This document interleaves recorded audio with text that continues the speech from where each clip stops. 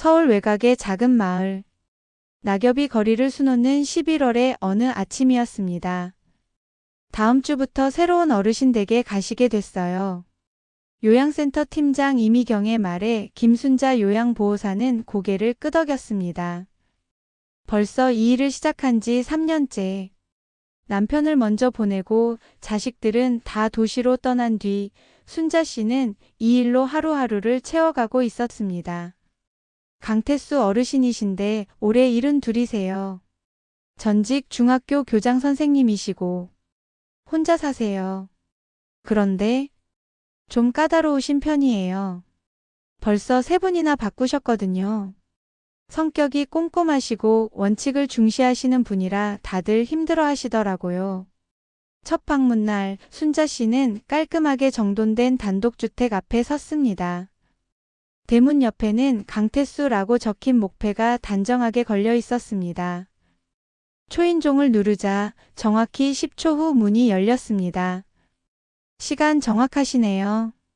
10시 딱 맞춰 오셨습니다. 문을 연 강태수 어르신. 안경 너머로 보이는 눈빛은 날카로웠습니다. 교육자 특유의 단정한 모습이었죠. 안녕하세요. 오늘부터 도와드리게 된 김순자입니다. 들어오시죠. 신발은 저기 신발장 2번째 칸에 넣으시면 됩니다. 집안은 도서관처럼 조용하고 깔끔했습니다. 거실 벽면 전체가 책장이었고 책들은 가나다 순으로 정리돼 있었습니다. 식탁 위에는 아침 식사 흔적이 말끔히 치워져 있었고 타이머와 혈압계가 정돈돼 있었습니다. 제 일과표입니다. 보시죠. 태수 어르신은 냉장고에 붙은 시간표를 가리켰습니다. 아침 7시에 기상하고 혈압을 측정한 뒤 30분 뒤 아침 식사를 합니다.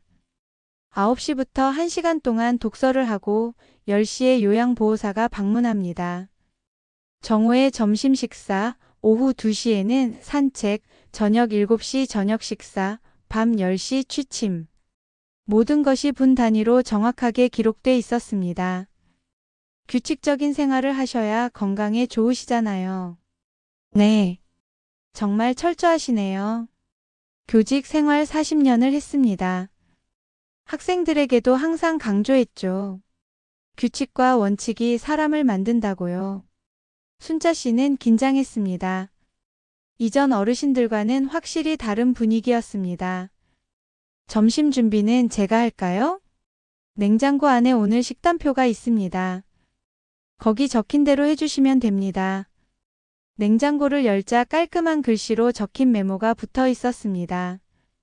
월요일 점심은 현미밥, 저염 된장찌개, 시금치나물, 두부조림이었습니다.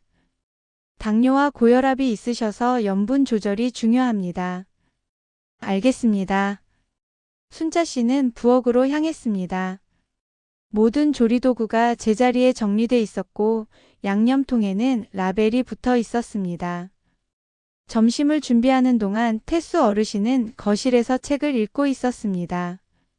가끔 페이지 넘기는 소리만 들렸습니다. 어르신, 식사 준비됐습니다. 수고하셨습니다. 태수 어르신은 식탁에 앉아 첫 숟가락을 떴습니다. 그리고 잠시 멈칫했습니다. 이 맛. 네.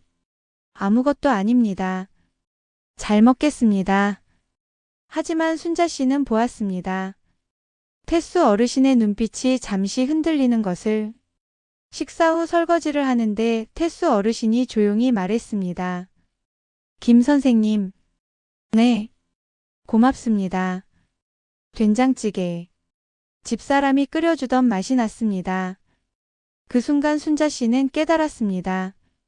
이 깔끔하고 원칙적인 집안에도, 이 꼼꼼한 일과표 뒤에도 오랫동안 혼자였던 사람의 외로움이 있다는 것을.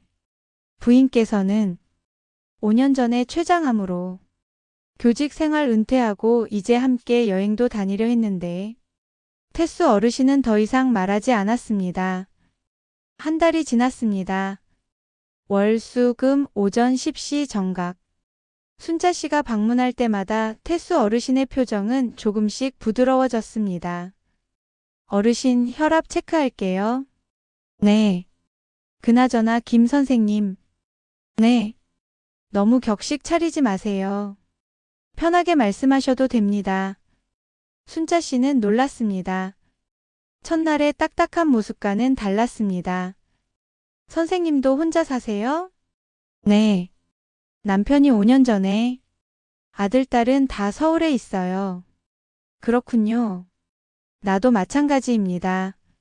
아내는 5년 전에 갔고 아들 하나는 미국에서 의사로 있고 딸은 서울에서 변호사 일해요. 1년에 한두 번 올까 말까? 자녀분들 다 훌륭하게 키우셨네요. 훌륭하게 키운 건지, 그저 공부만 강조한 건지, 요즘은 잘 모르겠습니다. 태수 어르신의 목소리에 회한이 묻어났습니다. 그날부터 둘 사이엔 조금씩 대화가 늘었습니다. 선생님은 어떻게 교사가 되셨어요? 태수 어르신은 창밖을 바라보며 천천히 말했습니다. 1970년대 초반 가난한 집안에서 태어났지만 공부로 사범대학을 갔습니다. 그때는 교사가 꿈의 직업이었죠. 그렇게 40년을 교단에 섰습니다. 수천 명의 학생을 가르쳤고 교장까지 됐지만 정작 내 아이들과는 제대로 시간을 보내지 못했습니다. 어느 날 순자 씨가 청소를 하다가 서재에서 오래된 앨범을 발견했습니다.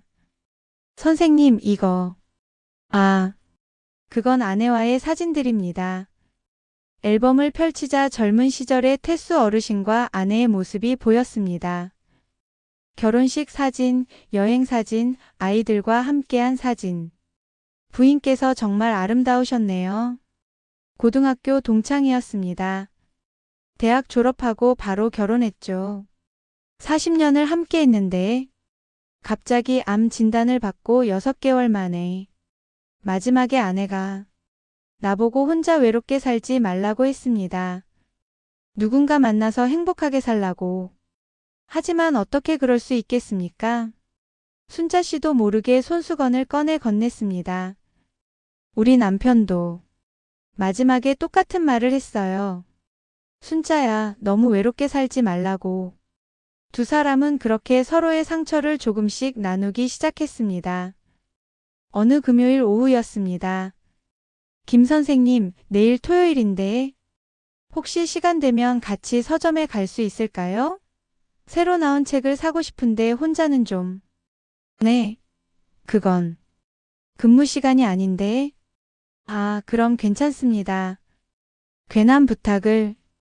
태수 어르신의 실망한 표정을 본 순자 씨는 급히 말을 이었습니다. 아니에요. 가요. 저도 주말에 할 일 없어요. 책 구경하는 것도 좋아하고요.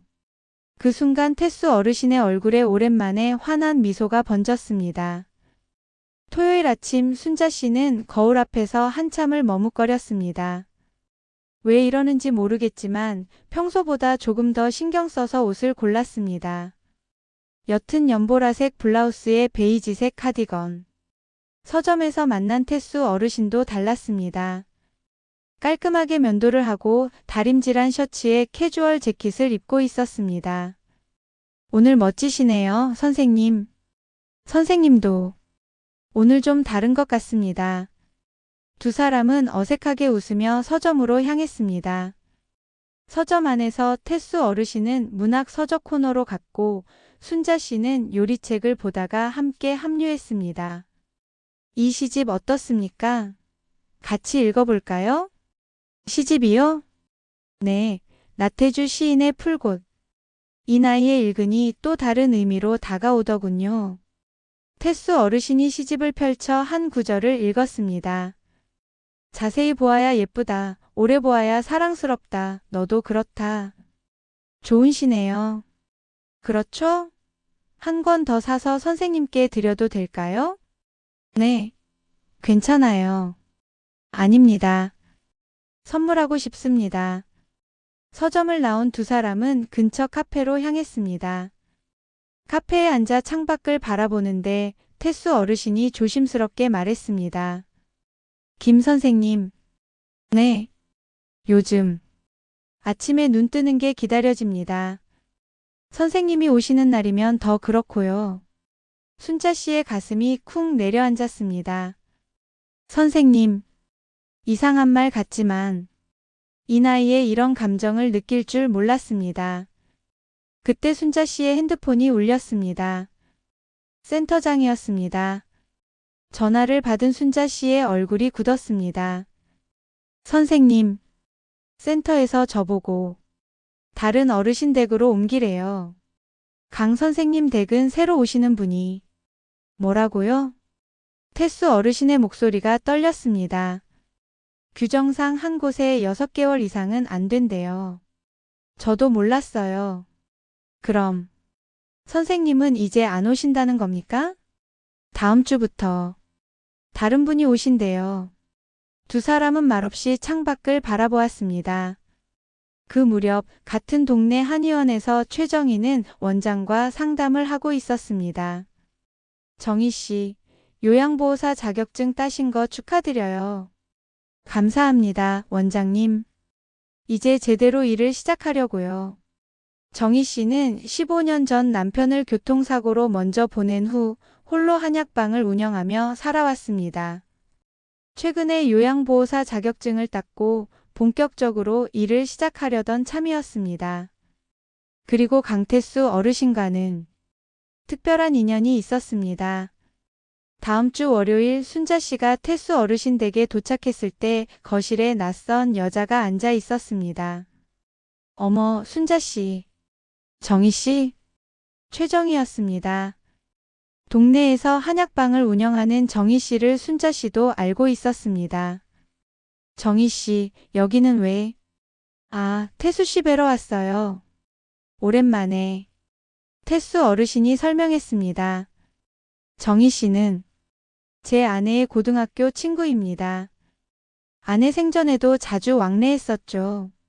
아, 순자 씨는 뭔가 불편한 기분이 들었습니다. 순자 씨, 제가 다음 주부터 여기 온다는 거 들었어요? 네. 정희 씨가요? 네, 저도 최근에 요양보호사 자격증 땄거든요. 센터에서 연락이 와서. 태수 씨랑은 오래 알고 지낸 사이니까 제가 더 잘 챙겨드릴 수 있을 것 같아서 제가 자원했어요. 순자 씨는 충격을 받았습니다. 선생님, 이게.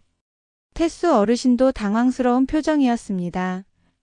저는 몰랐습니다. 정희 씨가 그런 말을 할 줄. 태수 씨, 제가 더 적합하잖아요.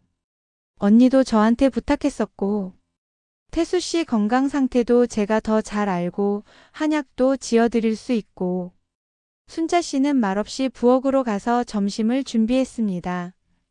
하지만 마음 한구석이 불편했습니다. 점심 식사 자리는 어색했습니다. 정희 씨는 계속 옛날 이야기를 꺼냈습니다. 식사 후 정희 씨가 돌아가고 순자 씨도 일을 마쳤습니다.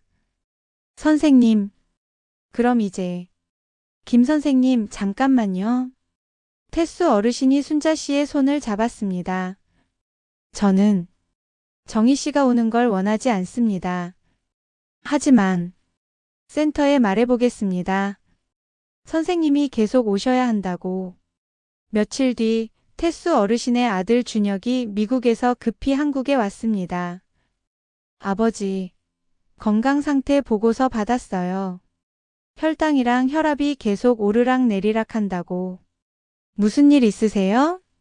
아니다, 괜찮아. 괜찮아 보이지 않으세요. 그리고 정희 이모한테 전화 받았어요. 아버지가 요즘 우울해 보이신다고. 요양보호사를 바꾸는 게 좋겠다고 하시더라고요. 준혁은 아버지를 걱정스럽게 바라보았습니다. 아버지, 솔직히 말씀해 주세요. 김순자 선생님, 아버지한테 어떤 분이세요? 태수 어르신은 한참을 망설이다가 말했습니다. 준혁아, 아버지가 이 나이에 이상한 소리 같지만 난 김 선생님이 좋구나. 단순히 요양보호사가 아니라 한 사람으로서. 준혁은 놀란 표정으로 아버지를 바라보았습니다.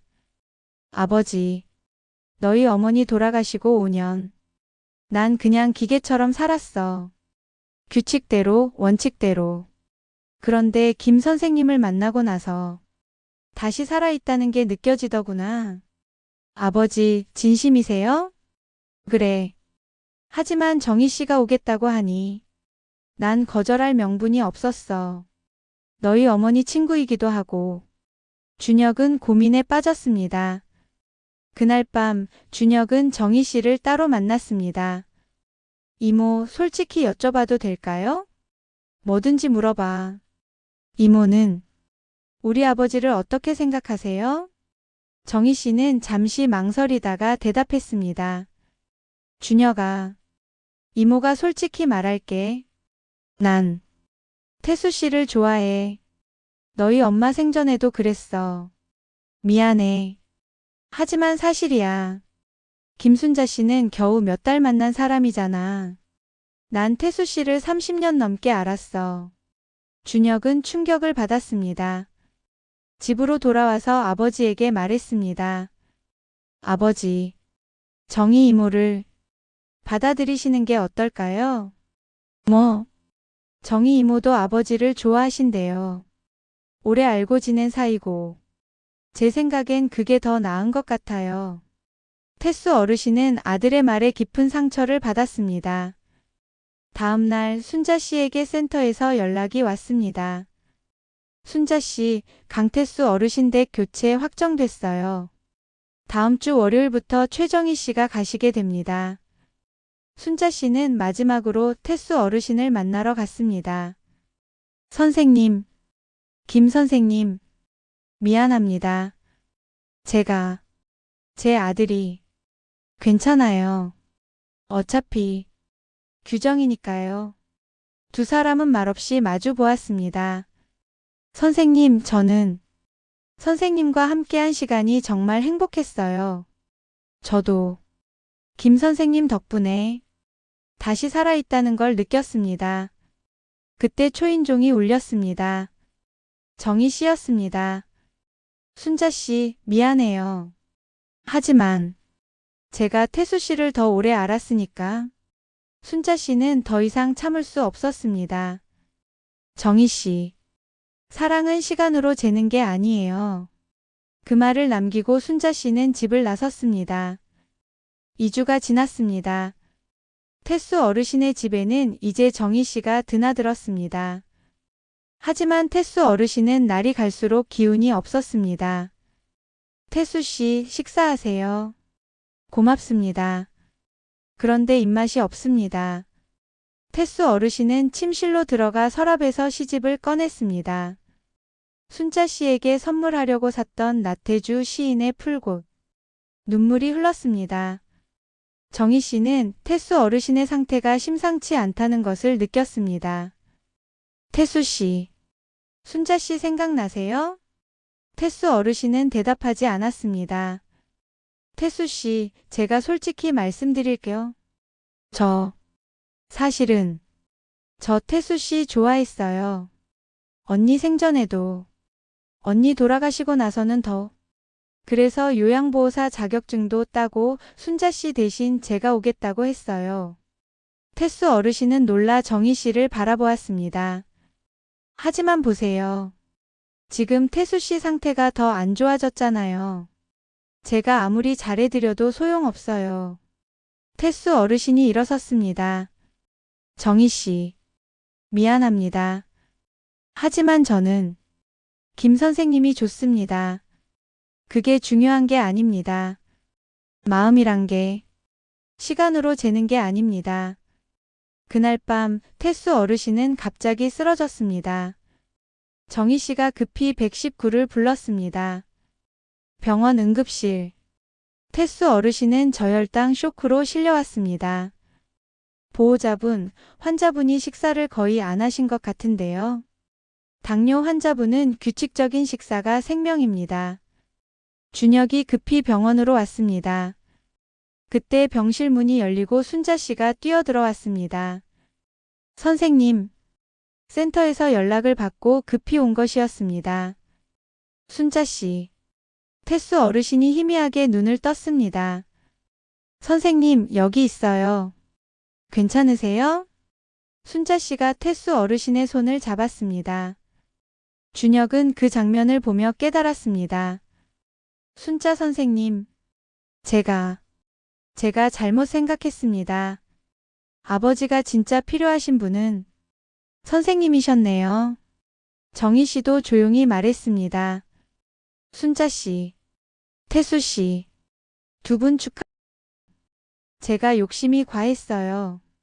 미안해요. 정희 씨는 눈물을 닦으며 병실을 나갔습니다. 준혁이 두 사람을 바라보며 말했습니다. 아버지, 순자 어머니, 두 분 제가 응원하겠습니다. 태수 어르신이 순자 씨의 손을 꼭 잡았습니다. 순자 씨, 이제 다시 돌아와 주시겠습니까? 선생님, 아니, 이제는 이름으로 불러주세요. 순자 씨, 저는 태수입니다. 태수 씨.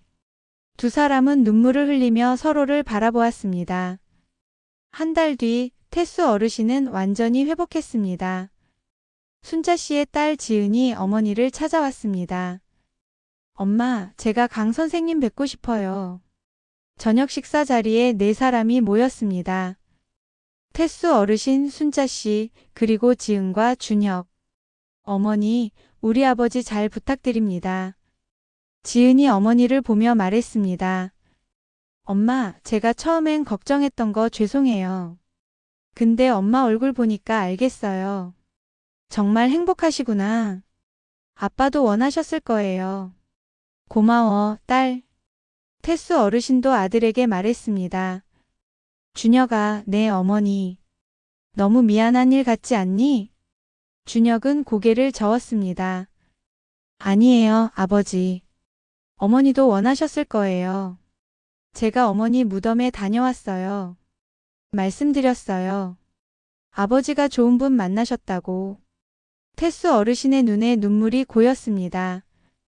한편 정희 씨는 한약방을 정리하고 있었습니다. 문을 열고 들어온 사람은 요양센터의 이미경 팀장이었습니다. 정희 씨, 우리 센터에서 정식으로 일하실 생각 없으세요? 그리고 제 친구 중에 괜찮은 분 있는데 소개해 드릴까요? 정희 씨는 잠시 생각하다가 미소를 지었습니다. 그래요. 한번 만나볼까요? 3개월 뒤 봄이 왔습니다. 태수 어르신과 순자 씨는 동사무소를 찾았습니다. 혼인신고 하시게요? 네. 늦었지만 하고 싶습니다. 그날 저녁 작은 식당에서 두 가족이 모였습니다. 태수 어르신의 딸 수진도 서울에서 왔습니다. 건배. 모두가 잔을 들었습니다. 아버지, 그동안 못 찾아뵙고 죄송했어요. 순자 어머니, 앞으로 잘 부탁드려요. 그날 밤 집으로 돌아온 두 사람은 서재에 앉아 함께 책을 읽었습니다. 순자 씨, 이 시집 기억하십니까? 태수 어르신은 서랍에서 시집 2권을 꺼냈습니다. 저한테 선물하려던 거였죠? 네. 이제야 드립니다. 순자 씨는 시집을 받아 펼쳤습니다. 자세히 보아야 예쁘다. 오래 보아야 사랑스럽다. 너도 그렇다. 태수 씨. 고마워요. 저야말로. 순자 씨 덕분에 다시 살아있음을 느낍니다. 두 사람은 손을 꼭 잡았습니다. 며칠 뒤 공원을 산책하던 중 멀리서 정희 씨가 한 남자와 함께 걷고 있는 모습이 보였습니다. 저기, 정희 씨네요. 정희 씨도 그들을 발견하고 손을 흔들었습니다. 순자 씨, 태수 씨, 저 남자친구 생겼어요. 축하해요, 정희 씨. 한 달 뒤 두 사람은 함께 여행을 떠났습니다. 태수 어르신이 아내와 가지 못했던 제주도. 순자 씨, 바다 보세요. 정말 아름답습니다. 태수 씨, 사진 찍어요. 우리 추억 남겨야죠. 사진 속 두 사람은 환하게 웃고 있었습니다.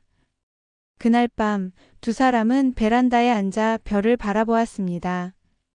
순자 씨. 네. 우리 오래오래 함께해요. 네, 태수 씨, 우리 백년해로 해요. 인생의 늦가을에 찾아온 따뜻한 온기. 두 사람은 서로에게 마지막 사랑이자 새로운 시작이었습니다. 인생은 언제나 다시 시작할 수 있습니다. 나이도, 과거도, 다른 사람의 시선도 중요하지 않습니다. 중요한 건 지금 내 마음이 진실한가, 그리고 그 마음을 솔직하게 표현할 용기가 있는가입니다. 오늘도 누군가의 손을 잡고 싶은 마음이 든다면 그 마음을 소중히 여기세요. 늦은 나이는 없습니다. 지금이 바로 가장 적절한 시간입니다. 늦가을의 온기처럼 인생의 가을에 찾아온 사랑도 아름답고 따뜻합니다. 이 이야기가 재미있으셨다면 구독, 좋아요, 알림 설정 부탁드립니다. 감사합니다.